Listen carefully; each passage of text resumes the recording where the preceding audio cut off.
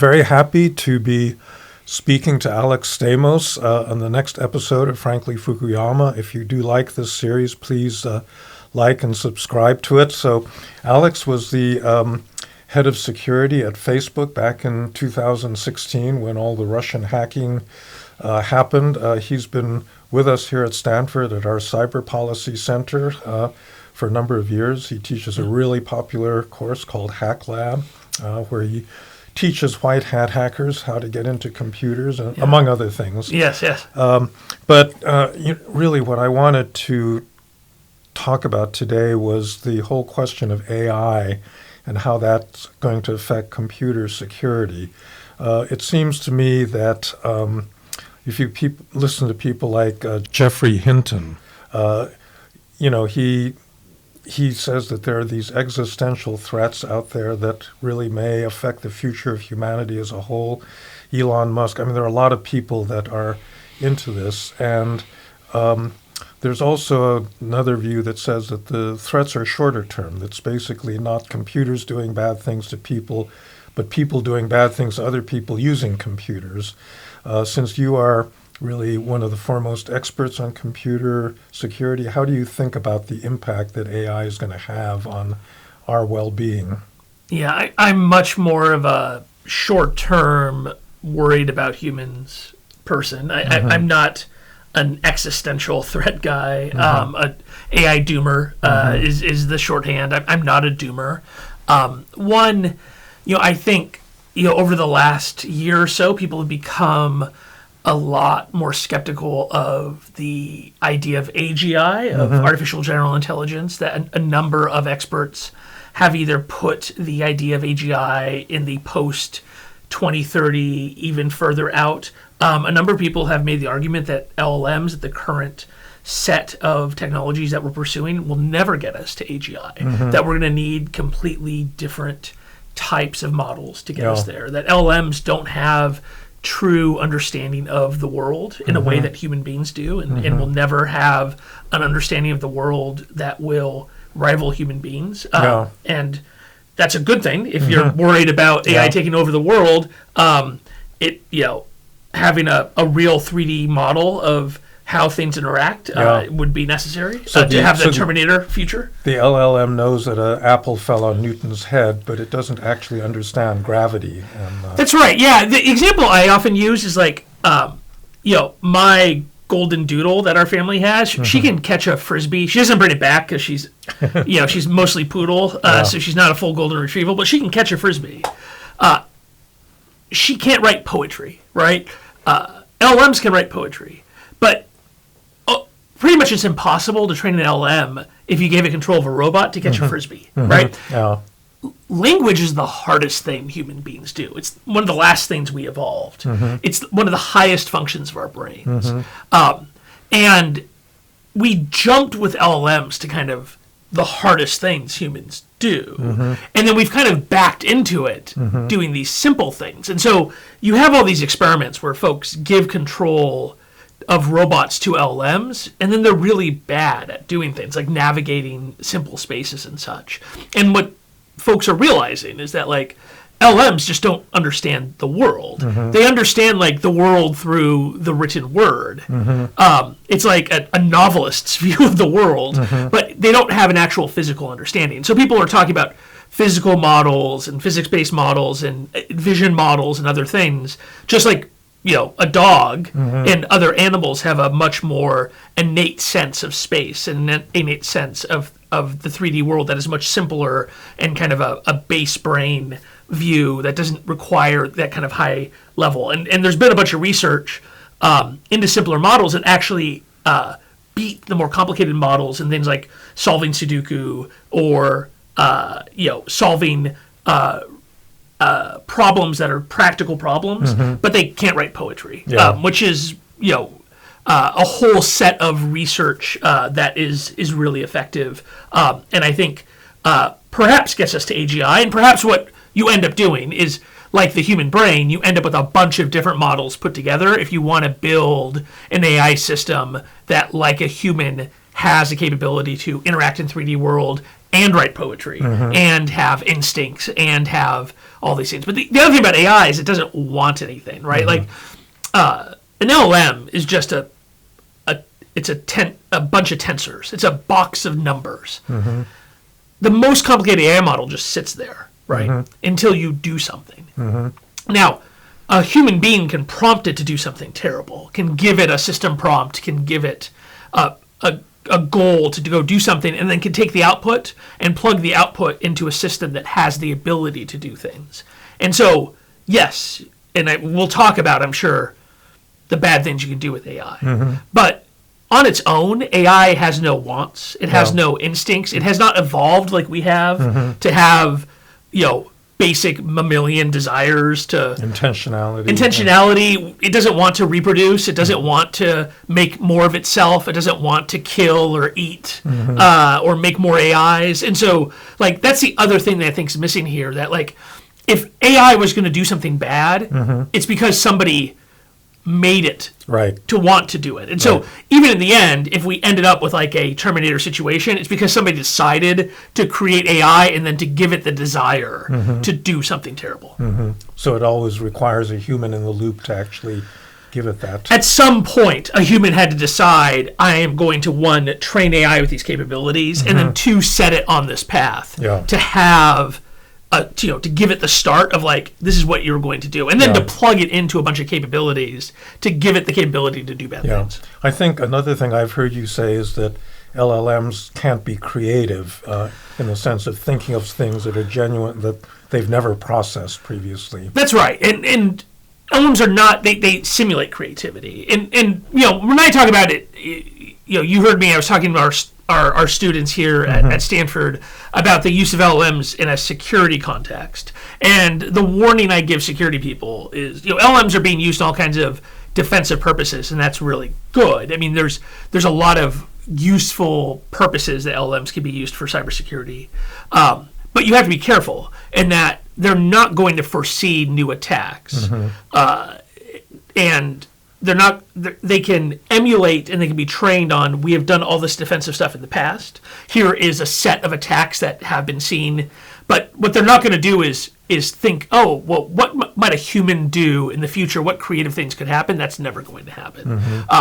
We actually have some interesting examples from the trust and safety world, right? In that companies that have over-pivoted into using AI to do trust and safety work end up being outsmarted by human bad guys who end up just changing their approach a little bit and then getting around the AI because the AI has been trained on everything that's happened before. And it doesn't take that. You can end up having very quick, very broad, very cheap protections that operate at scale that are also very brittle because it only takes a little bit of creativity to get around them. Okay.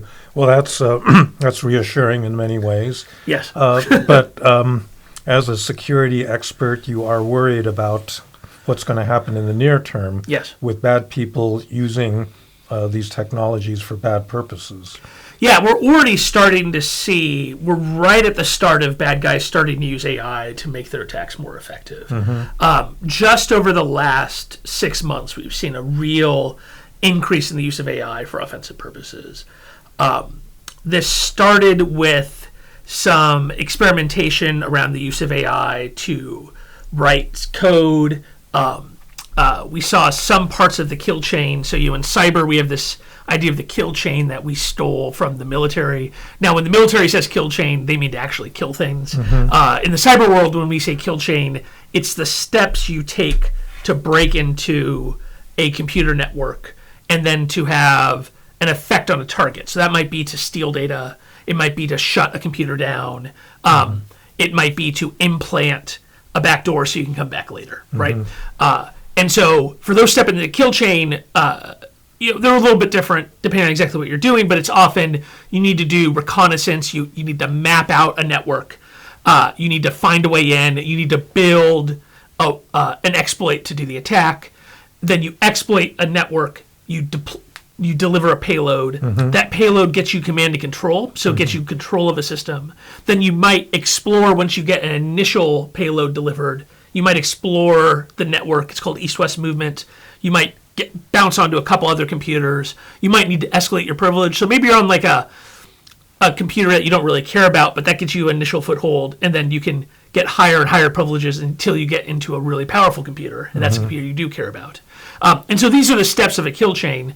And so what we've seen over the last 6 months to a year is attackers have systematically figured out how to use AI in more and more parts of the kill chain. And this means, one, that as they do that, it means that they can trade. What AI allows you to do is, trade human beings for computers. So they need fewer human attackers. This is useful for all kinds of attackers, both state-sponsored actors and for financially motivated actors, where every kind of actor does not have enough people, right? Nobody has enough skilled attackers. So if you have a smaller number of skilled hackers, it's great to have them get a force multiplier by them training computers to do parts of their job. The second is then it allows them to do a lot of work in parallel, right? So that you can have a smaller number of humans then supervise a bunch of AI agents doing their work at the same time. And so as they do take each part of that kill chain and they automate it, that also means that they can move very quickly, right?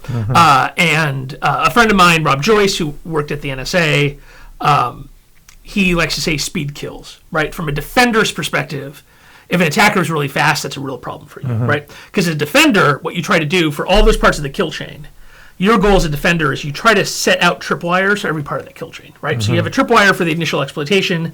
You have a tripwire for the command and control, right? So you, like your firewall, you try to listen for command and control. You record every DNS request from your network. That's a different kind of command and control. You look for east-west movement. You look for the payload being dropped onto your computer. You look for different kinds of malware. Those are all tripwires you have in your network. And once the attacker hits one of those tripwires, then hopefully it sets off an alert and you are able to respond fast enough to stop before they get all the way to the end of the kill chain. If the attacker is able to automate all those steps and have AI run through it, then even if they trip one of the tripwires, if it takes you time, let's say you still have humans in the loop as a defender. So it's 3 a.m. and somebody has to get on their computer and they're like, their phone starts beeping, wake them up. And they're like, oh no, I've got an alert. So they get the computer and they open up the computer and they do their fingerprint and they have to two-factor and then they have to get in like, oh no, okay, yeah, this looks real. And they have to get into another system. And from that system, they have to read some details and like, oh, okay, yeah, I have to get in here. And they go and they shut down the system and that takes 15 minutes. If the entire kill chain's on AI, in those 15 minutes, the whole thing could be over. Yeah. Right? But can't you delegate to an AI agent Yes. that what you just described the human being doing? Right. And so that's what we have to do defensively. I think this is the race that's on now, is that attackers are now automating all the parts of the kill chain. And so defenders have to do that too. The problem for defenders is we have bosses, we have Sarbanes-Oxley letters, we work for corporations that have to live up to rules, we have auditors. Like, it's much more dangerous for us to do things like hook up all the parts of our network to an AI system that can just shut parts of it down at any point where if it feels bad, versus attackers where a lot of them just don't care. Now, some of them do, right? Like, if you're the Russian SVR, if you're like the tip of the spear of the Russian Foreign Intelligence Service, then those guys are very careful. They don't want to get caught. They're probably not automating a lot of their kill chain. But if you're a Russian ransomware actor, those guys hack thousands of targets with the goal of getting a dozen of them to pay a ransom. They don't care. They'll automate everything, right? And so if they can go from 10 ransoms to 50 ransoms, they've got 5 times as much money. So, sure, from their perspective, it's great. They'll automate, even if the AI screws up in a bunch of times. That's fantastic for them. And so, for them, automation makes a lot of sense. And so this is, I think, the big race right now is for defenders to get automation in place that they feel comfortable enough turning on to do the defensive steps necessary. And so you have to have automation within constraints that also the automation, because like being defenders, like I'm sure you've seen Bridge Over the River Kwai, right? I have to explain this metaphor to our students. Okay. I talk about feeling Classic old. I'm sure you feel old teaching our joint students, right? But like I'm at that point where it's like you make movie references and their faces are just blank, right? So like, at the end, right? He spoiler alert, right? He blows up the bridge. Yeah. He goes and he blows it up. They take this beautiful bridge that they build and they rig it with explosives. That's what it's like to be a security person, right? You have this beautiful infrastructure and you have to rig it with explosives because in the end, to stop an attack, you usually have to break the infrastructure in some way, right? You have to cut off a firewall. You have to drop internet transit. You have to shut down servers, shut down Kubernetes containers. Often, like in a real, I've done a lot of incident response, and sometimes I tell the CEO, it's time to shut the company down. It's time to turn off all internet access to your company. You need to send all your employees home now, right? Like that is the only way we can contain this breach. Is we have to shut down all internet access to your company. That has happened multiple times. I have told the CEO that. It is a bad thing to tell the CEO, but sometimes it's the only way for them to retain any enterprise value, right? And you're saying that you don't want an agent to do this automatically. That is a hard thing to give an AI agent, is the power to do all of that. So I think you probably don't have to give an AI agent the ability to turn off all internet transit, but you probably have to give it the ability to turn off accounts, to at least suspend accounts in Active Directory, to turn off individual containers and individual virtual machines, to create firewall rules. And that can be really risky in a corporate environment. It's extremely risky in a production environment. And so this is the race we're in right now. As the attackers automate their kill chain, for defenders to automate their defensive systems. So in thinking about AI, it seems to me the real problem is agentic AI because, so I don't know anything about AI itself, but I do know something about hierarchies, human hierarchies. And, in every human organization, you delegate authority to some lower level of the organization. And it's almost inevitable that at some point you delegate too much authority because, the people at the lower levels have the ability to act quickly. They can sense the environment. They have more skill and knowledge and so forth. And that's really what gets the whole organization into trouble.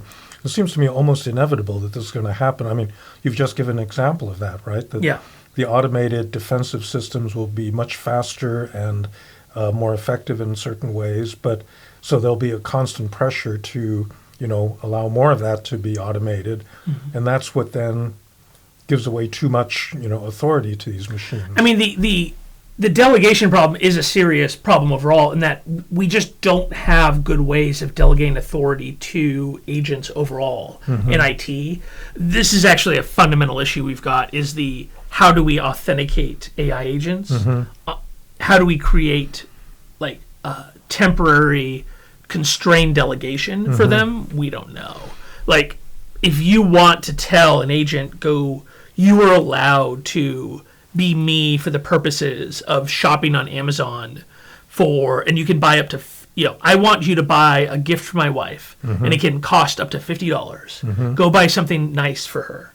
There's no mechanism for you to do that. It will just have your credit card and it can go buck wild, right? Like, there's just no mechanism to delegate its authority within reasonable constraints right now. And it's the same thing on corporate networks. There's no good way to say, you can go interact with my email for the purposes of sending an email for a very constrained purpose. It could just basically write an email to tell your boss to go F himself, right? And hey, President Levin, this is what I think about, how Stanford's going. Right. Love Professor Fukuyama, right? The agent has the ability. It's very hard to build those constraints, right? We just don't have the semantics for it. We don't have the models for it. We don't run our agents within sandboxes to do that.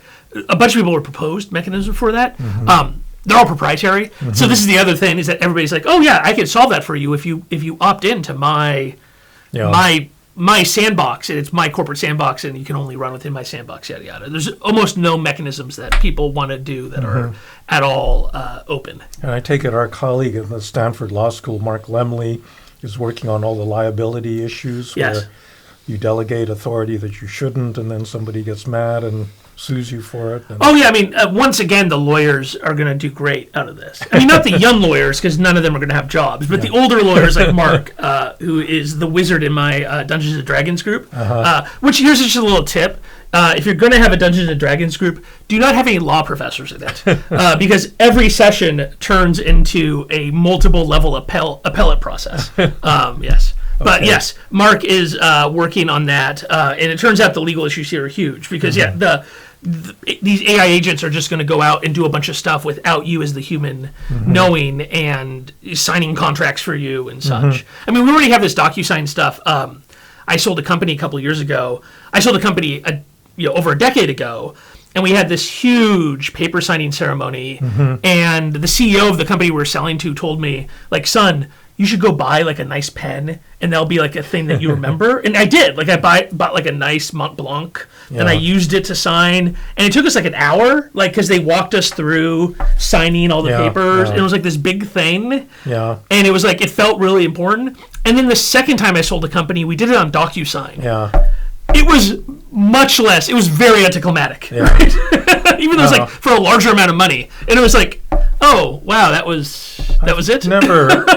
I've never understood how DocuSign works, because anybody can push a button. Yeah, I mean, apparently people have litigated it, but it does seem very easy to fake. I mean, yes, it could be. You could do it through cross-site scripting. You could do it through malware. I mean, do not call me as your expert witness to get out of your DocuSign contract. But somebody, I mean, people are going to be getting out of those contracts for sure. But anyway, yes, I mean, the AI stuff, people are going to be having AI sign their contracts and say they didn't authorize it. So let's talk a little bit about the international dimensions of this. Yes. Give me an overview of who's really good at this stuff, who we have to worry about in terms of international actors, and who are less worried about. Well, so this is fascinating, obviously. Okay, so when we talk about actors who are doing this, the report that just came out, Anthropic threw like a huge grenade into this whole world, saying that they caught a group that they associated to Chinese intelligence using their systems to automate all parts of the kill chain using Claude Code. Now, this was a huge deal. There's a bunch of kind of conspiracy theories that Anthropic is overblowing this. I will say I wish Anthropic had released more data. Like, if you're going to do these threat intelligence reports, you really should have like more IOCs out there and such. I do. What's an IOC? I'm sorry, indicator of compromise. So like the technical details, they should have released more of like the raw details. That being said, I know some of the people at Anthropic who work on this. I trust that they're telling the truth. Anthropic's somewhat controversial because they are, I think, the most ethical of the foundation model companies, and they have called for more aggressive regulation in this space. And so some people are conspiracy-minded that Anthropic is lying about this. But I do think it is true. What we have seen is it is not crazy to think that a PRC entity would do this. In fact, there is a open source tool that you can download from a PRC group that is not that much less advanced than what Anthropic demonstrated, that uses DeepSeek, which is an open source Chinese LLM that is trained to use Kali. Kali is the virtual machine that I actually use to teach the class here, which is a Linux distribution that has a bunch of attack tools built into it that will automatically do a bunch of hacking for you. This tool that this Chinese group built, that you can talk to it in either English and Chinese and basically ask it, hey, go hack this network for me, and it will go do a bunch of the hacking automatically for you. It's super cool. So Kali is a Linux distro that I can just download and put on my computer. You can come to my class and I'll teach you how to do it. All right. Frank. You still haven't taken the class. No, I haven't. Yeah, you got to do that. If you're going to make the master students do it, you should do it yourself. Yeah. But yes, you can download it yourself, or we run it here on virtual machines here in our tech lab. But yes, Kali doesn't come with the LLM. what this Chinese group did was they take the Kali virtual machine and then they trained an LLM on all of the instructions on how to use all the tools in Kali, and then on a bunch of attack patterns that they trained it on the open internet, and then hooked it up with MCP servers to use all the tools. And then you can basically ask it, hey, go do attacks for me. And so it'll go run all the tools in the proper order to go do it. So not as advanced as the attack Anthropic talked about on their systems. The interesting thing here about what Anthropic talked about is why, if Anthropic and OpenAI has seen some of this kind of stuff, but nothing as advanced as what Anthropic demonstrated.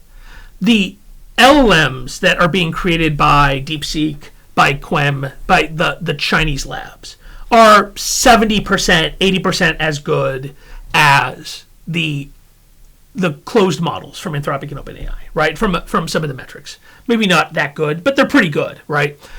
You can go get those models and then just run them on your own hardware, right? If you do that, you are not leaving logs at Anthropic or OpenAI for the FBI to get, for the NSA to get, and such. And so if they are seeing that kind of activity, then there is a ton of activity happening using the open source models, right? Because the other thing you can do is you can't take Anthropic's models or OpenAI's models and then really retrain them to do hacking. Like they have a bunch of protections in place to try to keep them. Now, you can trick them. You could say, oh, this is authorized and such, and because of what happened, I think Anthropic has made it harder to try to use their tools to do hacking. But the open source Chinese models, like, you don't have to do anything to get them to help you to do hacking. And then you can intentionally train them, just like this Chinese toolkit. You can take a bunch of stuff and add these checkpoints, and then use RAGs and such, and then feed them a bunch of data. And so, if I was building these kinds of things, I would just be using the open source models. They're quite good. Like DeepSeek R1, the latest kind of chain of thought model from DeepSeek is quite good, right? And if you have the hardware, then I would just be using that. So yes, of the groups I'd be worried about, I think China is by far the first, right? China is the only adversary country that really has their own labs that are equivalent to the U.S. labs, right? And any, all this stuff about the U.S. being way ahead of China in AI is foolish, right? Like, the PRC has had a plan for decades to catch up to the United States in fundamental sciences, including computer science. They have been sending students here, including to Stanford, for years, and that has been effective, right? Now, a bunch of those students stay here, but a bunch of them go back. And then they go and they teach there, and then they create the next generation. AI is of all the current fields of computer science, it is one of the most academic. Therefore, it is something that is published very broadly. That has changed a little bit in the last couple of years, where a lot of the cutting edge stuff has stopped being published, right? But until GPT-3, almost all of the really cutting edge discoveries were published openly. After GPT-3 and the commercialization, people stopped. But that was only 3 years ago, right? So up to that point, everything you needed was public, right? And like our undergrads here build toy LLMs. Our graduate students are doing, cutting edge research. A bunch of them are Chinese nationals, and a decent percentage of them will go teach at Shenhao, right? So, as in the case of nuclear technology, or it seems to me you're saying that unlike nuclear technology, you don't necessarily need to be a state-level actor to really be at the cutting edge of this technology. No, not at all. Because, like, with nuclear technology, we couldn't control the physics, right? Like, every country in the world very quickly knew how to build an implosion bomb, right? Like, controlling the knowledge of how the physics worked was effectively impossible. What we controlled was the uranium.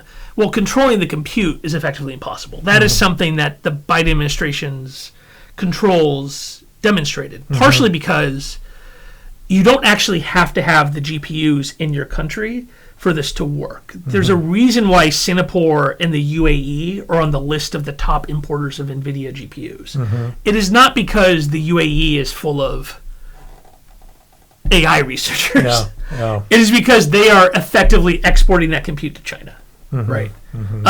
Because the actual thing you're exporting after you do all that work, it fits on a single thumb drive. So you can do all the compute in Singapore, you can do all the compute in the UAE or Dubai using their cheap subsidized power, and then you can zip the final results in seconds over fiber optic cables back to China. So if this is something that individuals can really master, it seems to me the threat level then goes way up, because you're living in a world where there are a lot of people with bad intentions.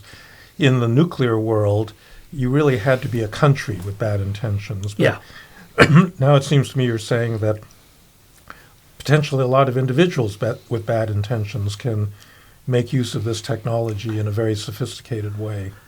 I mean, as of right now, you can go on Hugging Face and you can download retrained versions of DeepSeek that will write you exploit code, right? You can get retrained versions of Quen that will write you malware. So, yeah, I mean, you could never do that with nuclear weapons.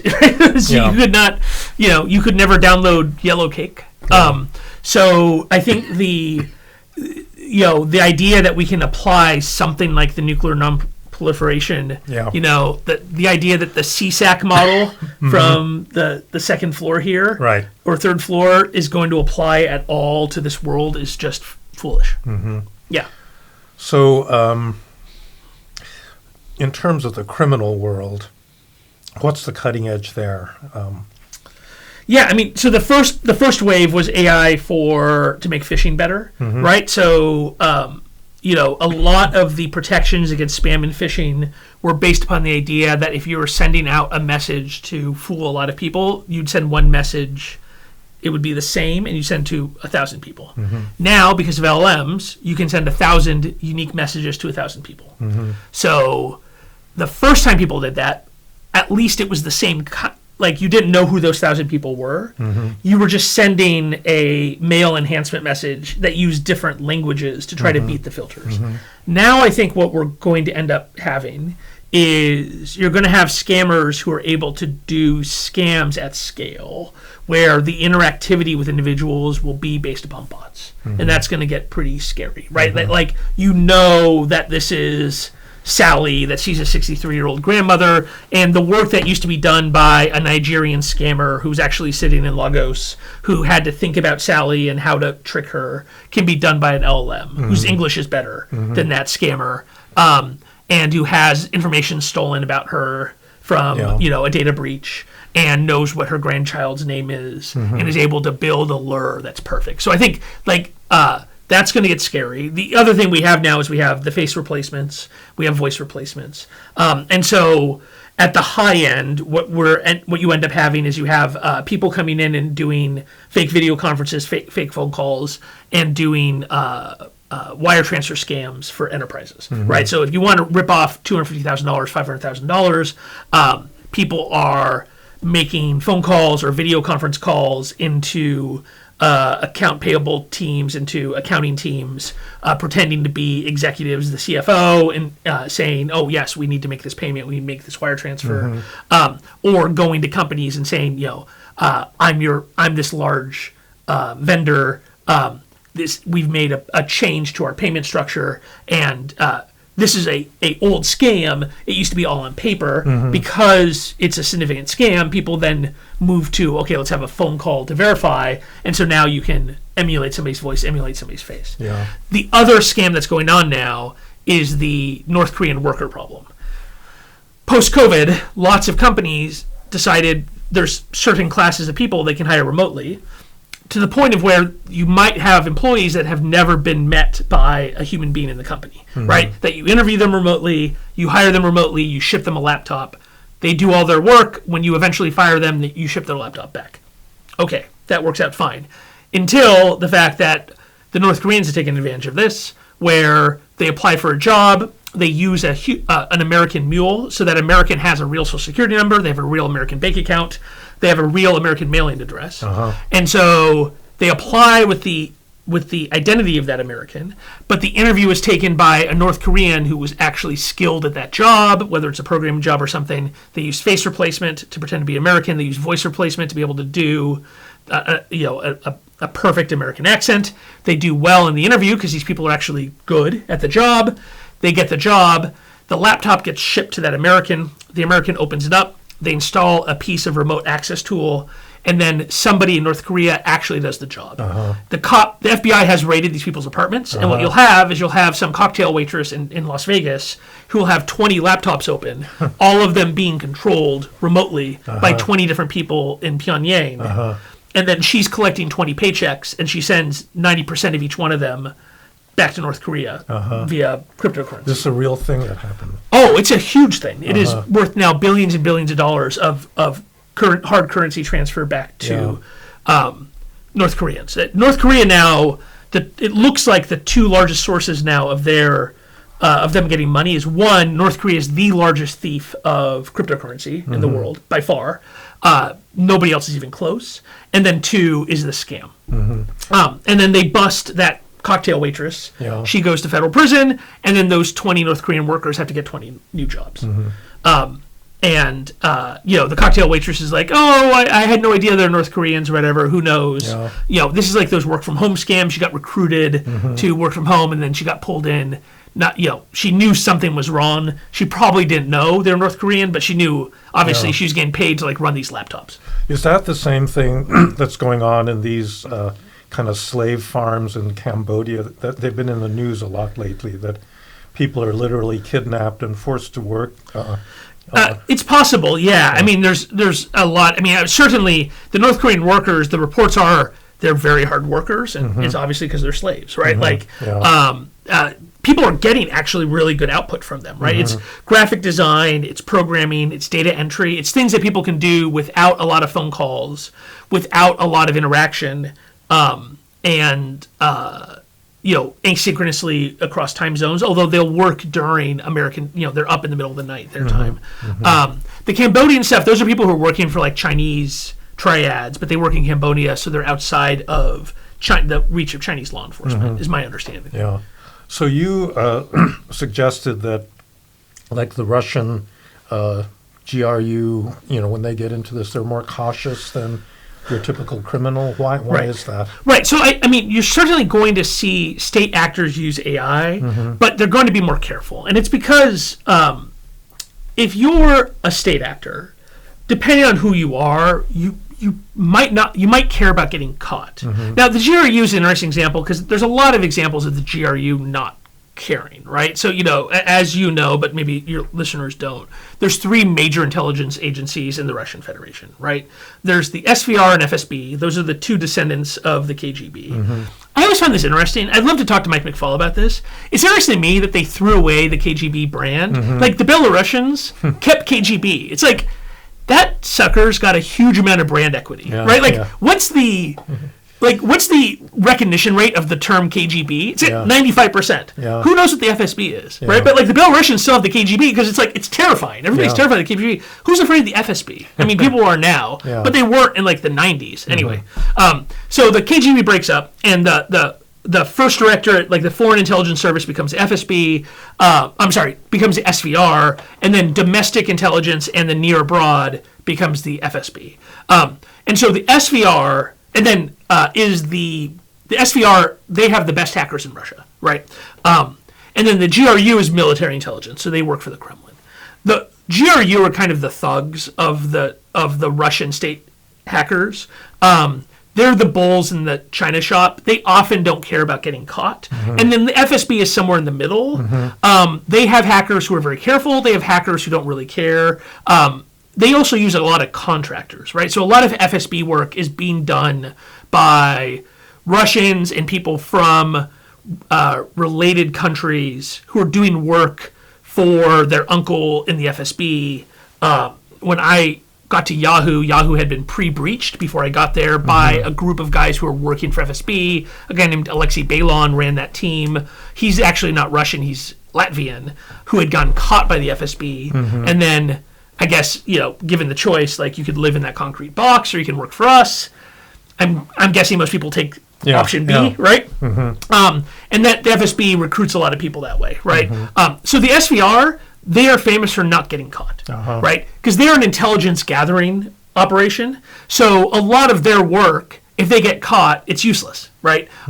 And so they, for example, are famous for the SolarWinds hack, where they spent like 9 months working their way slowly into SolarWinds, very carefully, very quietly, sneaking through the network. When they implanted the backdoor into SolarWinds, they did so with brand new malware on a build server that was in the kernel only. It decrypted itself just for the moment of the build.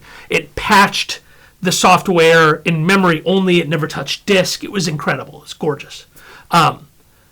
Really careful. The GRU is just like blow stuff away. Like, because, they're a defense support. They're a lot about breaking things. If they do intelligence gathering, it's often for a very short-term purpose, or they're doing like disinformation work, right? So, they famously they're the ones who broke into Podesta's email, and then they stole that, and then they released it, right? So it's like, they don't care that people know. People know they know. People know we know, they know. Like, they're fine with it. And so, if the SVR is going to use AI, it's going to be for things like exploit development. It's going to be things for like to create malware. It is not going to be to automate their kill chain, because they're willing to spend 9 months to carefully do stuff. I can see the GRU doing it, right? Now, the ransomware groups, again, those guys operate at scale. They like to hack 1,000 things, and then traditionally they've had to come back after they hack into 1,000 companies and then pick and choose which ones they actually ransom. So if they can automate that process, that's good for them. The other problem that the ransomware groups have is if you have an affiliate group of 15 or 20 guys working together, one of those guys might be a cop. One of them might be a Australian Signals Directorate undercover agent. One of them might be dumb and go to Cyprus to go to the beach and get picked up on an Interpol warrant and then get turned against you, right? So like for them, human beings are a liability. And so if you can replace those guys with bots, you're much safer. And so for them, I think AI is also a good move, because if you can go from 20 guys to 2 or 3 using AI, then you have a much safer, a much safer, tighter group. So maybe just to wrap up, in the future, what are there new actors that people are not aware of that we ought to be careful about, or there new ways, and just not companies or big organizations, but just individuals? What do they have to worry about? Well, I mean, one of the things that's going to be interesting to see is AI is going to really improve the game of lots of people, because it's already allowing attackers to find vulnerabilities and write exploit code that they were never able to do before. So like those really high-end guys like SVR, the Ministry of State Security in China, the US, our NSA. So you think of like the real high-end guys, right? So it's the US and the Five Eyes. US, Canada, Australia, New Zealand, UK, right? China, Russia, Israel, France, Germany, a couple other Western nations. Those are like the real cyber powers, where you have people who are like writing custom exploit code, doing real zero-day development, doing really hot stuff. There's a whole tier below that where it's actually really rare to see brand new exploits used in the wild. So like even Iran, they're very active, but they don't use a lot of zero-day exploits traditionally, because they don't have a ton of people who can write this beautiful new exploit code. That is about to change, because AI both allows you to find new vulnerabilities, but it also lets you write exploit code and test exploit code, I think, much more easily than you could before. And so it's going to be fascinating to see what happens when you have all of these groups take a step up. So like India and Pakistan, traditionally, not a ton of new exploits. I mean, it happens, but not a ton. Iran, maybe like South American countries, but also like, individual groups, both the ransomware groups, but maybe hacktivist groups.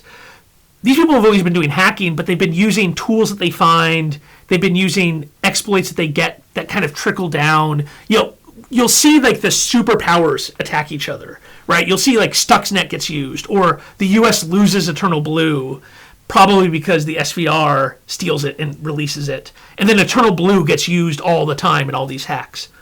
Well, if that kind of capability is in the hands of everybody with access to AI, that's a really scary future. Yeah. And so I think like we're going to have to, as defenders, really adjust to the possibility that a much broader set of people have the ability to write really good exploit code and to find new vulnerabilities really quickly. So one, as defenders, we're going to have to write better code. We're going to have to find vulnerabilities really fast. We're going to have to patch much more quickly. Because the number of companies that have actually had to deal with zero-day is really quite small. It's like defense industrial base, oil and gas, banks, big tech. Pretty much it. Government. Most companies don't actually have to worry about that. Now you might see all companies have to play at that level. That's, I think, a really scary possible future. Yeah, yeah. I remember when I was young, I read a science fiction story about some aliens that came to Earth. They had a machine. You could just, it was very simple and easy to reproduce. You just point it at anything made of metal, and the metal basically turns to putty. And so they leave this machine and they fly back to their home planet. They come back 50 years later, and the whole world has basically fallen into complete chaos because any teenager can melt the Brooklyn Bridge, And oh, wow. So right. It seems like we may be moving into some cyber equivalent of that. You think an alien just left the transformer well, paper? Maybe it wasn't an alien, but once the technology becomes that accessible, there's really lots of bad actors. I mean, the good thing here is AI also helps us write better code. It helps us find these bugs and fix them. So, I mean, this is what the company I'm at now, Corridor, was started by two of our alumni, right? So I joined this company with two of the students I worked with here at Stanford, Jack Cable and Ashwin Ramaswamy. So, so like the upside here is AI does help us write better code. Yeah. It helps us refactor code. It helps defenders find bugs. So, it's not all bad. We just have to have the will and the courage to try to move faster than bad guys. And it's an ongoing arms race, or it will be an ongoing arms race. It will be, and we have to, as defenders, invest in actually fixing things. Yeah. Like if you look at the Salt Typhoon attacks, like the big attacks against the telephone companies, these really never got properly investigated. The CSRB was shut down by the Trump administration. We never got the final report. My understanding is a bunch of the vulnerabilities that were exploited, the patches exist, they just weren't applied. Like, we can't allow that anymore, right? No. Like, we actually have to go fix things. And if it means, like, we have to have some downtime, we have to spend the money, we have to upgrade the switches and the routers. We've got, as a society, to decide we're going to spend that money. Yeah. We're going to squish the corporate profits a little bit. We're going to hold people to a higher standard. Yeah. And you as an individual shouldn't delay on doing that patch on your computer. No, but like the truth is like us in the tech industry, it's on us to make that automatic. Yeah. I mean, the truth is the things we build, if we ship you a device, the patching should be automatic. It should be secure by default. Like, we should not be putting that on normal people. Okay, Alex, that's great. That's really informative. So thanks a lot for talking, and we'll have to do it again, Yes. in a couple of weeks. The things will be completely different. Right, yes. If the AI lets us have a podcast. Yes. Yeah, okay. Good. Thank you, sir. Thank you.